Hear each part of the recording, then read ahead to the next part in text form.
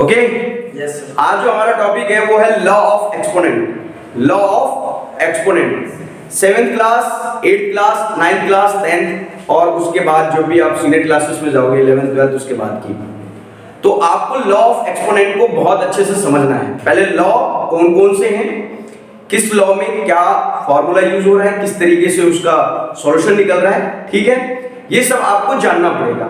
अगर अभी आपने नहीं इसको सही से समझा तो आपको बाद में बहुत सारी दिक्कतें होंगी, इसीलिए मैं इसको बहुत ही बारीकी से बताऊंगा, इसको समझने का प्रयास करना। तो आप लोग सही से समझोगे, यस या नो? यस। बोर्ड पे आपका ध्यान रहेगा या नहीं? यस। ओके, अब देखो आप ध्यान से, लॉ ऑफ एक्सपोनेंट घातांक के नियम, इसके कुल मेजर आपके सामने बोर्ड पे लिखे हुए हैं। 7 जो है इसके लॉ मैंने लिखे हुए हैं। तो लॉ को समझने से पहले आप ये देखो कि आपने अपने डेली लाइफ में देखा होगा, जैसे 2 की पावर 3 है, 4 की पावर 2 है, या मान के चलो 10 की पावर 4 है, यानी कि 10 की घात 4, 4 की घात 2, 2 की घात 3, ऐसे करके आपने सवाल कई बार देखे होंगे। इस कंडीशन में आप ये समझो, जैसे हम एक एग्जांपल ले लेते हैं, 10 की घात जो 4 है, तो इसमें जो 10 है ना, ये बेस कहलाएगा। ये क्या कहलाएगा?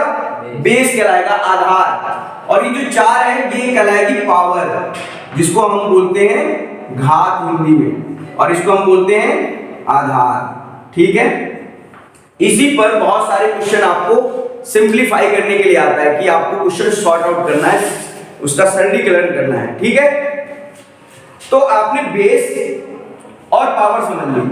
अब आप ये समझो कि इसमें ये जो 7 नियम आपके सामने बोर्ड पे लिखे हुए हैं, इन्हीं को हम बोलते हैं लॉ ऑफ एक्सपोनेंट। आपको हर एक क्लास के अंदर, जैसे जैसे सीनियर क्लास में जाओगे, आप इन 9th में हो तो आप लोगों को पहले से ये पता होना चाहिए। मैं जानता था कि आपको दिक्कत आएगी, इसलिए मैं ये लॉ ऑफ एक्सपोनेंट पहले क्लियर कर रहा हूं, ठीक है, और ये आपको याद भी करना है। तो ध्यान से आप बोर्ड में देखो, पहला लॉ ऑफ एक्सपोनेंट जो है वो क्या है? a की पावर m गुणे a की power n equal to a, फिर पावर क्या हो रही है? प्लस हो रही है। पावर क्या हो रही है? प्लस हो रही है। यहां ध्यान देने वाली बात यह है कि दोनों का बेस क्या है? एक जैसा है। दोनों का बेस क्या है? एक जैसा है। और पावर यानी कि घात दोनों की अलग अलग है। जब दोनों का बेस एक जैसा हो और घात अलग अलग, यानी कि पावर अलग अलग हो, तो हम उन पावर को जोड़ देते हैं। तो देखो, बेस मैंने लिख दिया, उसके बाद जो है दोनों पावर जुड़ गई है। दोनों पावर क्या हो गई? जुड़ गई है।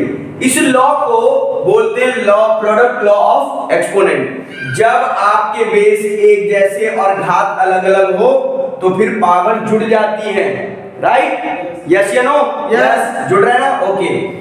अब सेकेंड लॉ देखो। सेकेंड लॉ में क्या है कि दोनों के अंदर a की पावर m, फिर डिवीजन हो रहा है a की पावर n से, ठीक है। यहां पर बेस एक जैसा है और पावर अलग अलग है, लेकिन कंडीशन क्या है? डिवाइड हो रही है, ठीक है। कंडीशन क्या है? डिवीजन हो रहा है यहां पर। तो उस कंडीशन में जब बेस एक जैसा हो और पावर अलग अलग हो और भाग की कंडीशन हो, डिवीजन की कंडीशन हो, तो उस कंडीशन में पावर जो है घट जाती है। और यहां पर ध्यान देने वाली बात यह है कि जो पहले की पावर होगी वो बड़ी होनी चाहिए।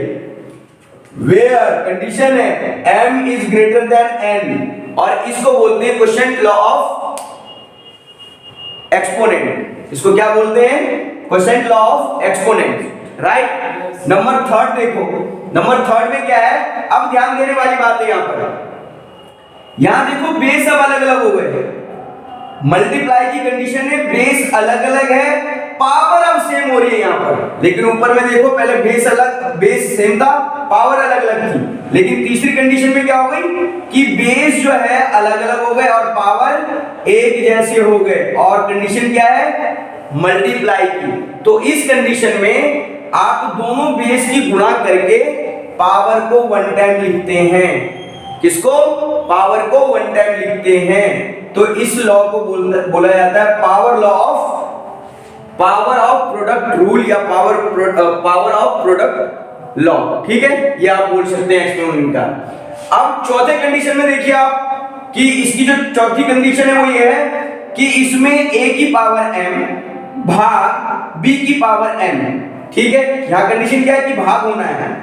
अब देखो दोनों का बेस अलग अलग है और भाग वाली कंडीशन है, और पावर जब सेम हो, देख रहे हैं m यहाँ भी है m यहाँ भी है, पावर सेम हो और भाग की कंडीशन हो, दोनों का बेस अलग अलग हो, तो फिर हम उसको a बटा b के रूप में और उसकी पावर 1 टाइम ही लिखेंगे, ठीक है। इस लॉ को बोला जाता है power of quotient law, rule year law, right. अब आप देखो पांचवा लॉ, पांचवें लॉ में क्या है कि a की पावर m, फिर जो है उसकी पावर ब्रैकेट क्लोज और फिर उसकी पावर, यानी कि यहां पर इस तरीके से है, सपोज करो a की 2 की पावर 3 और फिर हमने इसकी पावर 2 कर दी, तो इसका मतलब यह है कि ये a की पावर 3 जो है ये 2 बार है, a की 2 की पावर जो 3 है ये 2 बार है। इसको मैं ऐसे लिख सकता हूं ना, ऐसे लिख सकता हूं मैं, राइट। तो जब भी आपको 2 बार, ठीक है, कंजिक्यूटिवली यानी कि लगातार अगर 2 बार आपको पावर देखने को मिले और उनका बेस एक ही हो, यहां पर देखो बेस एक है, फिर एक बार पावर है, फिर ब्रैकेट क्लोज है, फिर दोबारा पावर है, तो उस कंडीशन में पावर आपस में मल्टीप्लाई हो जाती है, यहां पर पावर आपस में मल्टीप्लाई हो जाती है, बेस सेम ही रहता है, राइट। यहां पर क्या हुआ, पावर मल्टीप्लाई हो गई। जब 2 बार पावर अगर वो जो है शो करेगा तो बेस सिंगल बेस रहेगा और वो जाके क्या हो जाएगा, मल्टीप्लाई हो जाएगा पावर, राइट। और इसको बोलते हैं पावर लॉ ऑफ एक्सपोनेंट, इसको क्या बोलते हैं, power law of exponent. Number 6 जो है उसमें क्या है, ये सिंपली आप समझो कि उसने कहा कि a की पावर जो है 0 हो, यहां पर a की पावर क्या है, 0 है, 0 दिख रहा है ना। a की पावर जब 0 होगी तो उसकी वैल्यू किसके इक्वल होगी, 1 के इक्वल। अब कैसे, इसको जरा समझ लो। अगर मैंने लिखा कि 2 की पावर 2 डिवाइडेड बाय 2 की पावर 2, तो भैया इसको मैं कैसे कर सकता हूं, इसको मैं ऐसे कर सकता हूं 2 गुणे 2, 2 गुणे 2, तो मैंने काट दिया यहां पर, तो क्या बचा, कुछ बचा क्या, 1 बचा ना, 1 बचा ना, हाँ। यानी कि इसमें इस कंडीशन में दोनों पावर कट गई और ये दोनों अंक भी कट गए, कहने का मतलब ये है। तो कहने का मतलब ये है कि जब भी किसी की पावर जब वो 0 होगी तो उसकी वैल्यू किसके बराबर होगी, 1 के इक्वल होगी, राइट। उसके बाद जो नंबर 7 है ये बहुत इंपॉर्टेंट है, ये आगे आपको काफी परेशानी में डालेगा, ठीक है, ये जो है बहुत परेशानी में डालेगा। इसको बोलते हैं रेसिप्रोकल लॉ ऑफ एक्सपोनेंट या लॉ ऑफ रेसिप्रोकल, ठीक है। उल्टा, जब किसी की पावर माइनस में हो, जब किसी बेस की पावर माइनस में हो तो उसको हम रेसिप्रोकल कर देते हैं उसके पावर को पॉजिटिव बनाने के लिए, ठीक है। उसके पावर को पॉजिटिव बनाने के लिए हम उसका रेसिप्रोकल कर देते हैं, मतलब उसको उलट देते हैं। तो यहां क्या है, ये देखो a की पावर -m थी, तो इसको पॉजिटिव, इसके -m को पॉजिटिव बनाने के लिए, इसके पावर को पॉजिटिव बनाने के लिए इसके नीचे क्या है, कुछ नहीं तो 1 है ना, हाँ। तो हमने क्या किया, इसको उलट दिया, इसको उलट दिया तो 1 की पावर ये कर दिया। तो इसी को बोलते हैं लॉ ऑफ रेसिप्रोकल या रेसिप्रोकल लॉ ऑफ एक्सपोनेंट, ठीक है। ये 7 जो लॉ हैं ये आपको याद होने चाहिए, उसके बाद आप जो है आसानी से अपने चैप्टर के जो क्वेश्चंस हैं उनको बड़ी आसानी से आप कर सकते हैं।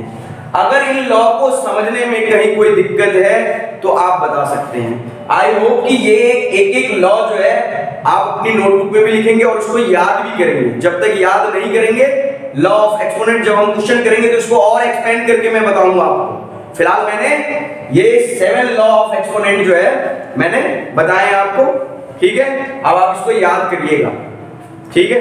Thank you.